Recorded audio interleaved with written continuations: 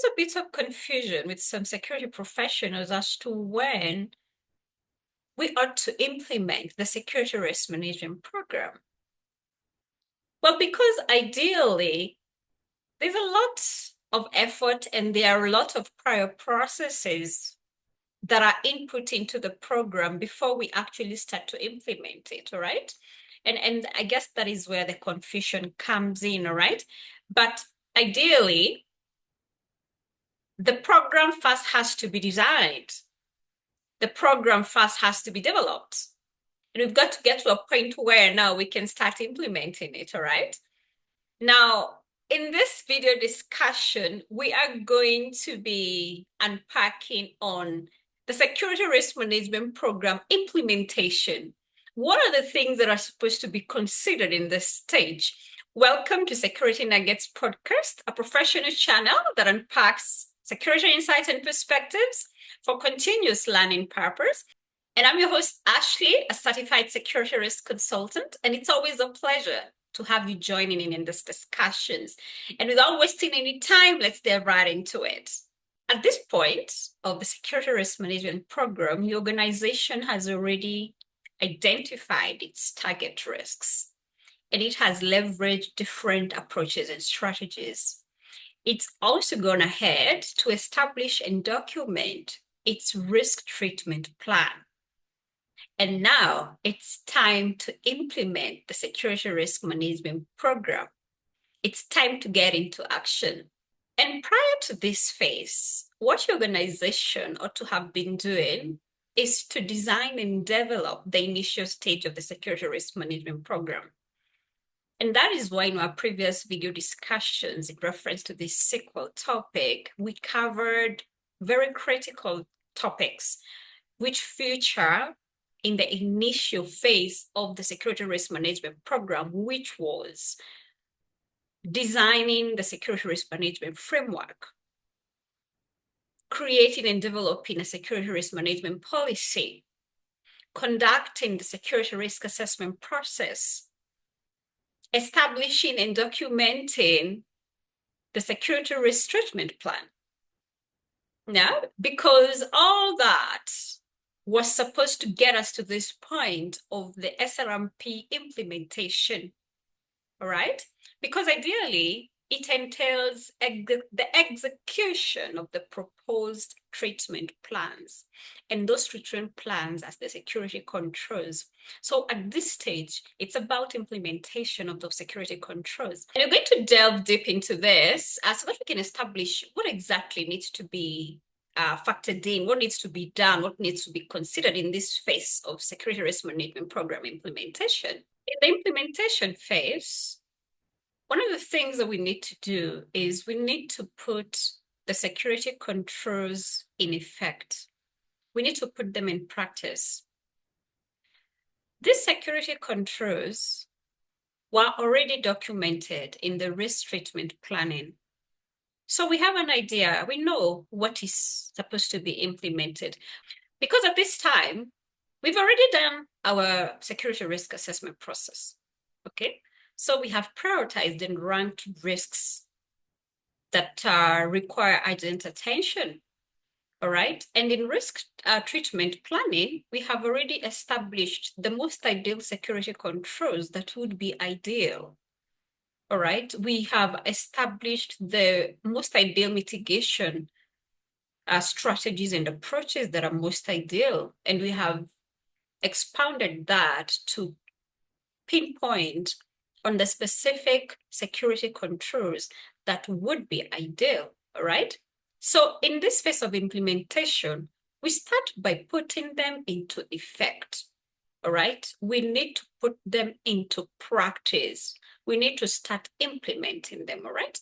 Now, in putting these security control measures into practice, I would like us to factor in this acronym of SHAPE.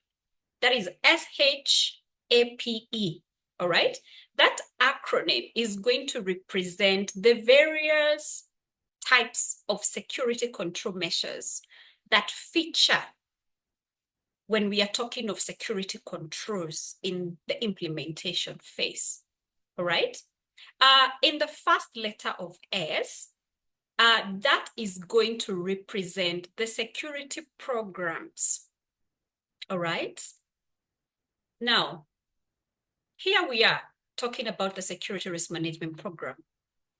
And then again, in the implementation phase, here we are again talking about security programs. All right. Let me break that down. All right. The security risk management program is the umbrella, is the security function umbrella of what we are doing in the security function within an organization, okay? The SRMP program is what is going to drive us as the security function. It is driving us so that we can be able to proactively be able to identify those priority risks, and we can be able to go ahead and implement various security controls. And under that program, again, we are talking of how we are going to proceed and continue monitoring and reviewing the way the security controls are performing.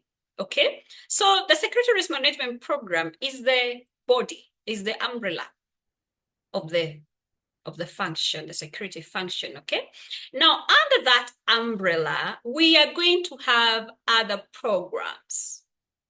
All right, because most security controls, if not all, okay, are operated on through a program. Okay, this is what I mean. All right. If you have identified a security control that maybe has to do with conducting background checks of your organization employees, you have realized that in order to mitigate against a certain target threat, you need to implement employee background checks. You need to start doing screenings so that you can be able to confirm that the employees that are joining your organization don't have any potential problems. They're not going to be problematic hires. All right. So you're going to create a background check program, or what you call an employee screening program. All right. Now, this program is going to dictate how employee screening is going to be conducted within your organization. All right. In reference to what are the methodologies that are going to be used for background screening? What are the tools and techniques that are going to be used for background screening? What are the processes or procedures that are going to be used for background screening? What are the templates or the documentations that are going to be used for background screening? All right. It also entails who are going to be responsible for background screening. Are we going to outsource external expertise, or are we going to do it internally within the organization? If internally within the organization, which employees are going to be spearheading this employee background screening program? That is what I mean. Another type of security program can be a security risk awareness program. All right. So again, within the security risk awareness program, we are going to have different components under it, different methodologies, different documentations, procedures and processes.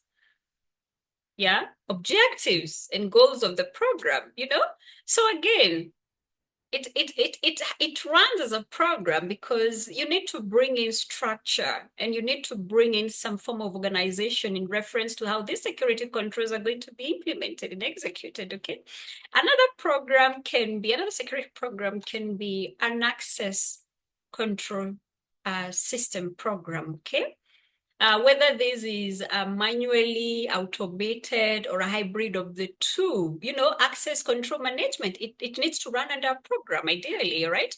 And under this security program that focuses on access control, you need to look at what are the objectives of this program, all right? What are the procedures? What are the processes? Okay, what are the restrictions? What are the credentials, access control credentials that are going to be utilized, and how are they going to be provided to employees? What are the employee restrictions in reference to access of restricted areas is concerned, all right? What are the privileges, all right, in reference to issuance of access control credentials and all that, like there has to be a structure, okay, that guides how this security control is going to be implemented within an organization. So in implementation of security controls, developing security programs is very important. For every security control that you're going to be implementing or put in practice, you need to create a program for it so that it can be implemented through a structure, through a systematic guidance, so there's no that confusion, all right? Now, still under the acronym of SHAPE, the second letter is H. It represents human measures, all right? Some security controls entail as leveraging human measures, okay? Under human measures, we are talking of security personnel. We are talking of security representations, security representatives. This can be employees within the security department or employees in other business functions, but they are security representatives. They are very important in monitoring, supervising, or directly inputting those security considerations or utilizing those security controls that you're implementing, all right? Again, when you're talking of risk owners, okay, someone who is in the organization but not working under the security department and working in a different department could be working directly with a critical asset that is target, okay? So in the process of mitigating, that individual, that employee becomes a risk owner by association of that critical asset, okay? So they fall under human measures because you will require their input in reference to inputting those security controls, security considerations in whatever it is you're trying to mitigate against the target risk, whether it is in terms of a tangible asset, whether it's an intangible, maybe it's in an operation or an activity or a project, whatever it is, risk owners fall under human measures, okay? A security focal points, okay? Also meaning security representations, okay? So they could be employees within the security department, either in management level or junior management or just security officers or security guards. We need to note that there is a very strong relationship between the human measures and the security programs, all right? Because a lot of the security programs that we are going to be developing to represent the security controls that we are implementing will require the human element. They will require the human input for them to be successful, all right? Some security controls are required to be monitored. They require to be maintained, They require to be responded to, So who is going to do that? In most cases, we find personnel doing it. So there's that connection. There's that close connection between the two. There's a strong relationship, okay? Even in terms of reviewing and monitoring the performance of the security programs, who's doing that? All right?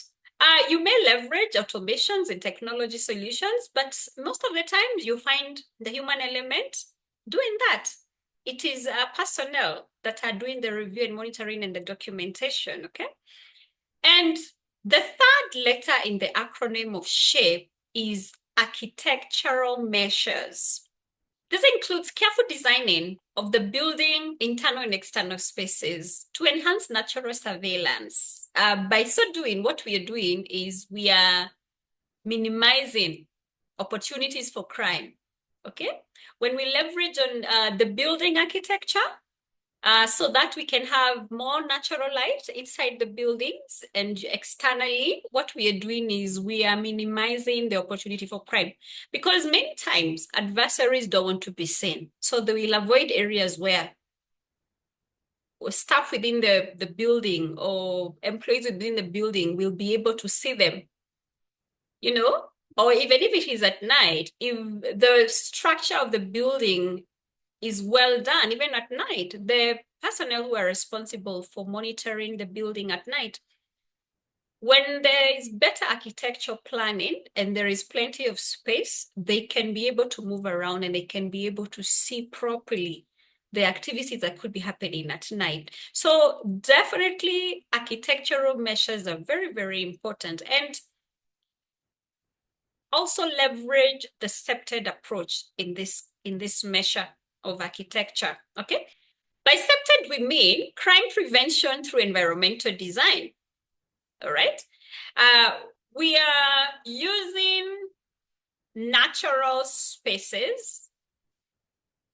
We are using the environment to design whatever it is within where we are mitigating, to design it in a way that we enhance lighting by leveraging the environmental design, okay? We are leveraging the environmental design to also put the boundaries, to mark the restricted areas. The third measure under the acronym of SHAPE is procedural measures.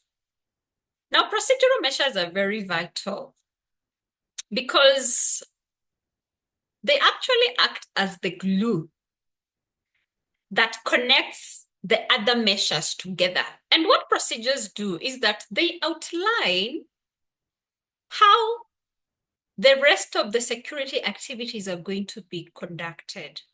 So basically, procedures form a framework, okay, that act as a guidance. Now, a good example of procedures that you can quite relate to, because they're quite common in organizations, are SOPs, standard operating procedures. Okay. You find that every security program has an SOP. All right.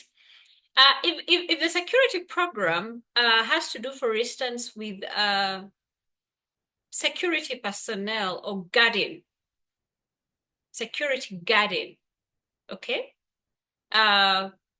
which would have a strong relationship with the human measure because guards are human elements, okay?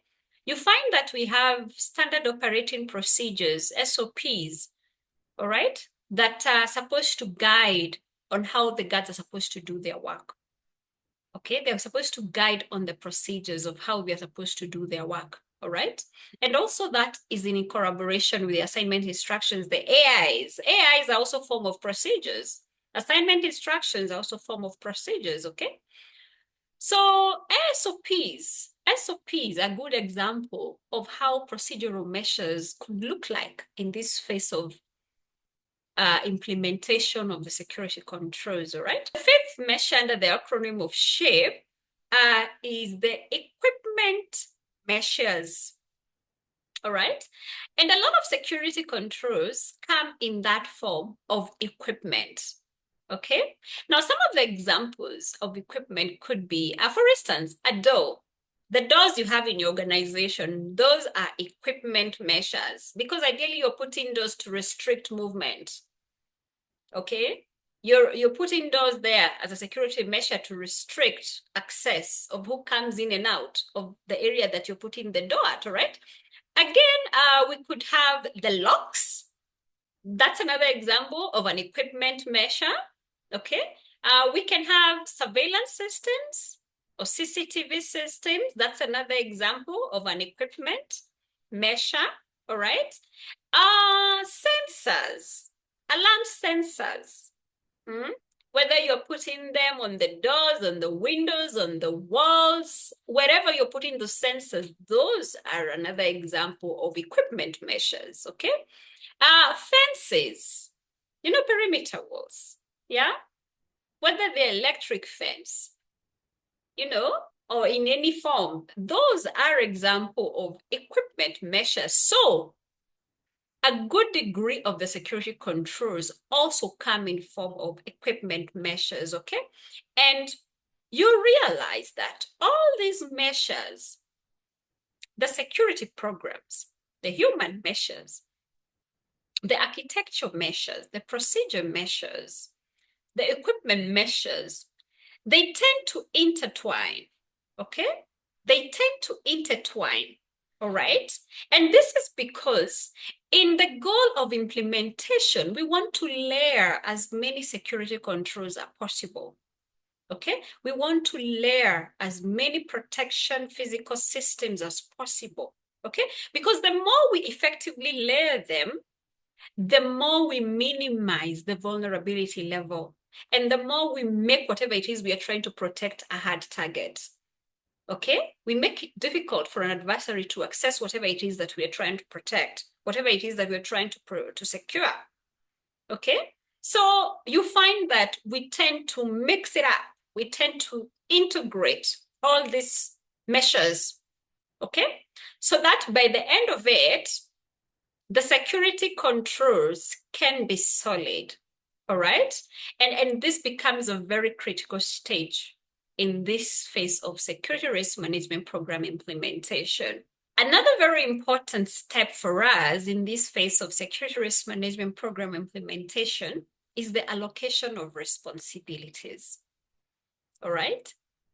Now, you will remember that when it comes to the security risk management program, the goal should always be to include every stakeholder that's relevant to the security effort. Every stakeholder who has a stake in security needs to be included. And in this phase of responsibility allocation, all right, it plays out very well here because the responsibilities we are distributing are linked and anchored to the security controls that we are putting in practice, okay? So every relevant stakeholder needs to be included. The responsibilities need to be well defined and everything needs to be clarified so that there is no confusion, all right? Now, when it comes to the responsibilities of the senior leaders and executive, their responsibility is clear: to provide support, to provide buy-in, all right? To provide support and to provide buy-in, okay? That support automatically ensures that there's a budget for us to be able to implement and execute the security controls, all right? They approve the budgets, all right? That support also means that we are going to be able to implement the security controls with very minimal resistance within the organization, all right? Because it will also come with role modeling. They will be in the forefront of compliance. They will be in the front line of making sure that the security controls that are being executed are being followed and implemented by everybody, including them. So they are providing that role modeling, which is very important, okay? In actual sense, it is actually recommended as good practice in security risk management that one of the security focal point representation should be someone within senior leadership, all right? And that is why you see that organizations that have a chief security officer, someone in the CISOT representing the security function, okay? They are bound to, the security function within such an organization is bound to be very, very integral, all right? It's bound to be very valuable within that organization. So security automatically is a strategic goal in that organization, okay? Also, I can give an example of an organization where the person who is, the employee who is heading the security department, maybe a security manager or a security general manager, when they have direct access to the organization director, organization CEO. That means they report directly to them. We are bound to see very good progress in reference to the security effort in that organization because there's minimal bureaucracy, there are minimal bottlenecks and obstacles, okay?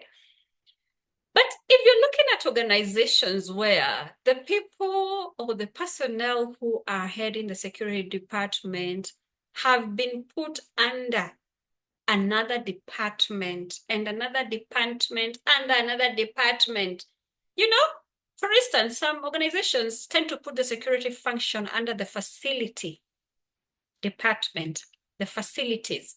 You see the facilities where we have the cleaners, the janitors, the maintenance, the workshops. You find security being bundled up in that kind of setup. So you're finding security reporting to a facilities manager, and that facility manager probably reports to a finance manager or to the organization head. You know, organizations are structured differently. In that sort of a scenario, you'll find that security tends to stagnate and it tends to derail. They never seem to move forward, and it is not valued. So there's so much bureaucracy when it comes to even getting support to implement some of the security controls that needs to be implemented and executed, okay? So my point is this. In the allocation of responsibilities, we need to make sure that the responsibilities of senior leadership and executive are well outlined, and it should be to the best interest of the security effort, okay? And we also have the business function heads, the departmental heads, all right? They also have a very critical role to play in the implementation of the security risk management program, all right? We included them in the process of risk identification. We included them because we needed to understand the activities and operations that happen in their departments and in their functions. And we needed their perspectives and inputs to understand the assets of risks, all right? And for us to bring in our expertise as security experts to put in our security considerations. And we have now gone ahead and identified the ideal security controls, all right? So again, we need them to help us monitor how those security controls are being utilized within their functions. If we have recommended security controls in form of procedures, we need them to ensure that compliance is maintained within their departments and those considerations are being followed. There is compliance, okay? Because you cannot come from the security department and directly monitor or supervise employees who are working in a different business function. You know, you can only do that within your function, okay? But you cannot go directly supervise and monitor employees within other functions. We all know how organizations work. You know, organizations are so different because, you know, for an organization to run and attain its core objectives, it relies on different elements. You know, we have these different components in form of business functions and departments. And every business department is having a head and it's having employees. And this is how they run their business within their department, all right? And you cannot come from wherever you're coming from and start dictating how they're gonna do the work and start monitoring and supervising. No. But you trust the head of that function and department to do that on your behalf. You trust them to make sure that the interest of the security function is being enforced, all right? So they are your eyes in that function. And again, their responsibility is well outlined in this stage. So when it comes to the security controls, they need to be aware of what are the security controls being implemented within my area or within my role, all right? And where do I come in to assist the security effort? What is my responsibility, all right? When it comes to the employees, all right, because the purpose of the security risk management program is to cut across the whole organization. So every employee is included. And it is very important for employees to actually understand their personal obligation and responsibility as far as the security effort is concerned. All right.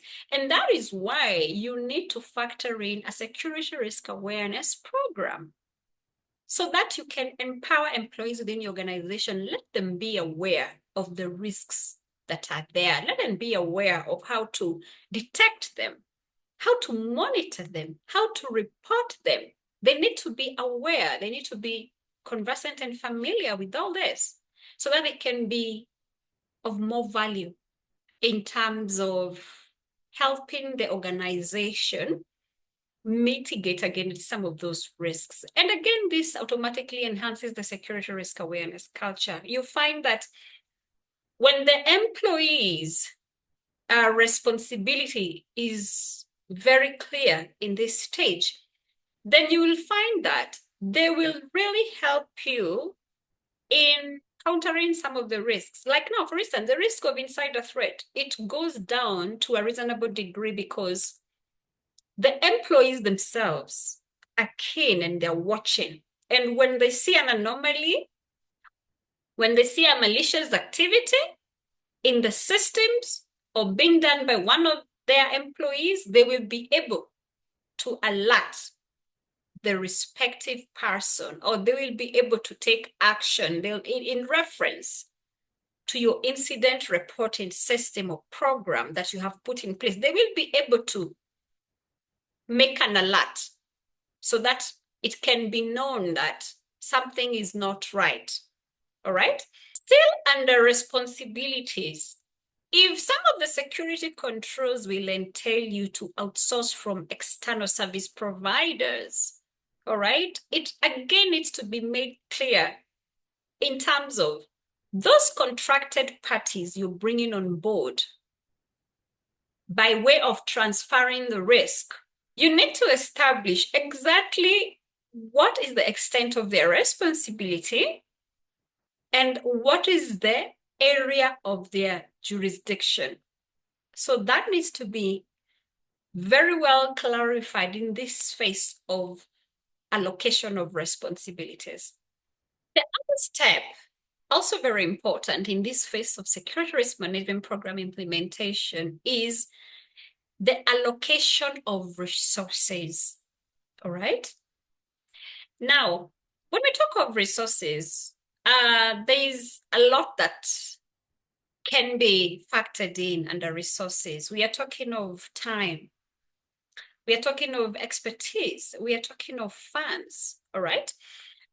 Ultimately, when the security risk management program was authorized and the green light was provided for it to be initiated, and we started designing and developing it from the onset, there was a tentative budget that had been allocated for this initiative, all right?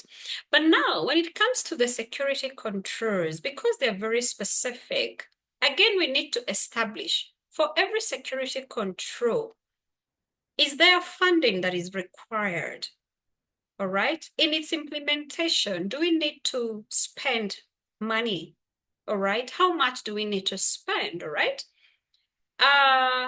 Is there extra time that is needed to be input in this security control implementation? And is that extra time going to be translated to extra overtime for employees, which means extra spending? All right.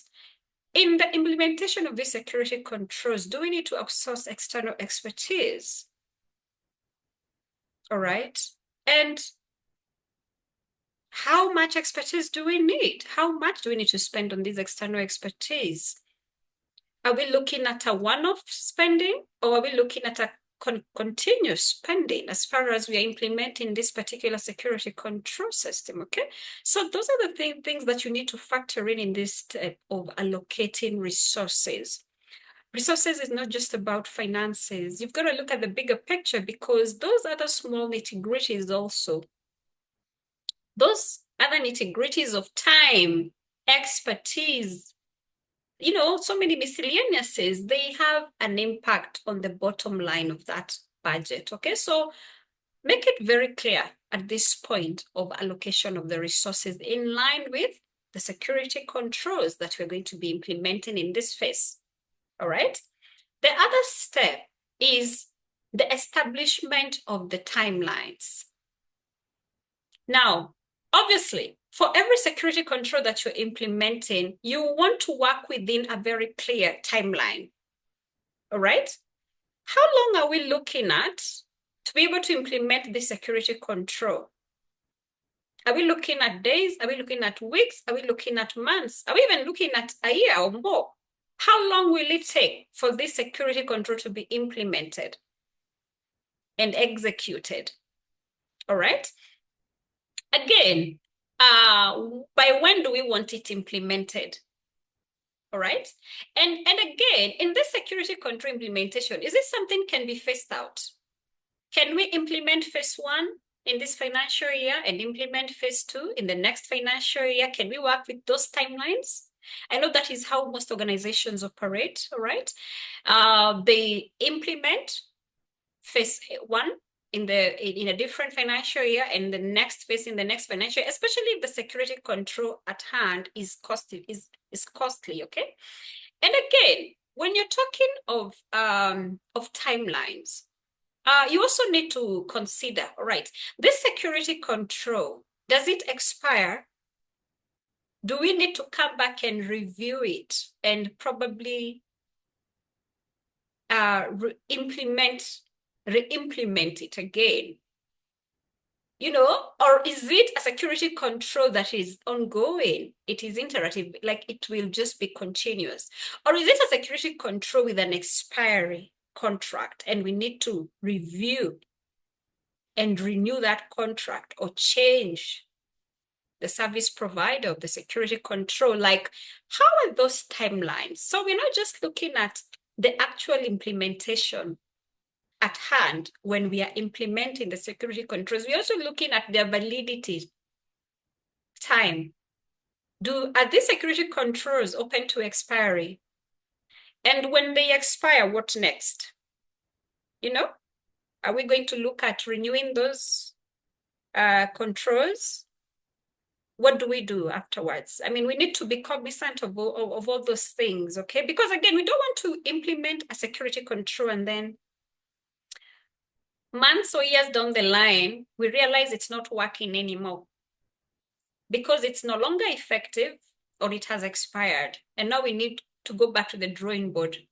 We need to be aware of this by the time we're implementing. We need to have all the facts ready, okay? So that is why it is very important for us to have this step of establishment of timelines in this phase of security risk management program implementation as far as the security controls are concerned, okay? And the last but not least step that we need to be cognizant of in this phase is the establishment of the communication and the reporting systems, okay? Now, when we were developing and designing the security risk management program, we had come up with a communication mechanism for the steering committee or the stakeholders who were involved in the development of the initial stage of the program. We had established how we want to communicate with internal and external stakeholders. All right, whether that is through emails, through phone calls, through messages, we had established a plan. All right, but now we are talking about the implementation of security controls. Okay, exactly how do we want to report and communicate as far as these security controls are concerned? When they are implemented, how do we want to report their performance? How do we want to report any mishaps or failures? How do we want to communicate that from stakeholder 1 to stakeholder 2? All right. Are we going to be having meetings to communicate the performance of the security systems or security controls? Are we going to be having weekly meetings? Are we going to be having monthly meetings? Okay. How are we going to be communicating? Whereas we are monitoring and reviewing the performance of these security controls. Okay, so again, it is another step we need to consider and discuss in this stage of implementation. We need to know how we are going to communicate and report how the systems are working. All right. Again, if there is breach of the security controls, how should that be reported? Who should it be reported to? All right. And how is that going to be responded to? Those are the things you consider in this phase of establishing, communicating, and communication and reporting systems. Okay, and again, it takes me back to the first measure of security programs. Remember when we were talking about the acronym shape and we started with security programs? It takes me back there because again, for every security program that you implement to represent certain security controls, you need to make sure that there is an incident reporting system within it, okay? For every security program. For instance, if you're talking of automated access control systems, okay? Under the program of access control, you need to have an incident reporting system within it because wherever there is breach in reference to those access control security controls, how are incidents going to be reported? All right? How are they going to be reported and communicated to whatever authority that you have established? How are investigations going to be conducted? And so on and so forth. Okay, so you get my point. So it is not a duplication of the communication that we were establishing from the initial step of the SRMP program. This is different. This is in reference to the security controls. Okay, so we had to establish communications initially because we wanted to know as we're moving forward in the development of the program, the security risk management program, how do we communicate with everybody? How do we communicate with senior leaders? How do we communicate with the external stakeholders, with our internal employees? How? Because again, we need to do a lot of communication when we are establishing the policy. We need to do a lot of communication when we are designing the framework. Again, we need to do a lot of communication when we were doing the security risk assessment process. But now that has been done, all right? Now we need to focus on the security controls because we are executing them. In their process of implementation, as they are put into effect, how are we going to communicate their performance? All right. And sometimes, performance aside, how are we going to be communicating their maintenance? How do we communicate any upgrades where possible? You know, how do we communicate to external service providers when we need to communicate to them? All right. And again, these communications should also reflect in the service level agreements, especially as far as that party contract service providers are concerned. If some of your security controls are going to be outsourced from external service providers, make sure that the communications are very well outlined and they appear somewhere in the SLAs, in the service level agreements. Okay? Because I know that some service providers are notorious for not communicating effectively. They're very quick to get the business on board. But once they are on the ground, then delivery becomes an issue and communication becomes an issue. So have that tied to the SLAs, all right? So again, establishment of communications and reporting systems is a very important step within this phase of implementation, okay? So I hope now you have a better understanding of what really implementation of the security risk management program entails, okay? And we only start implementation after the security risk assessment process has been conducted and the treatment plans have been documented. That is now when we get into action and we start implementing those treatment plans, which are the security controls, okay? So that brings us to the end of this discussion. And I hope that you have found insight as we move forward with this sequel discussion of security risk management. And until our next video discussion, I want to thank you for keeping me company and listening into these insights. I'd like to hear your comments in reference to the video discussion. I want to hear what you think. And also like, share, subscribe if you haven't done that already. I'll appreciate it as always. And until our next discussion, thank you for joining me and goodbye for now.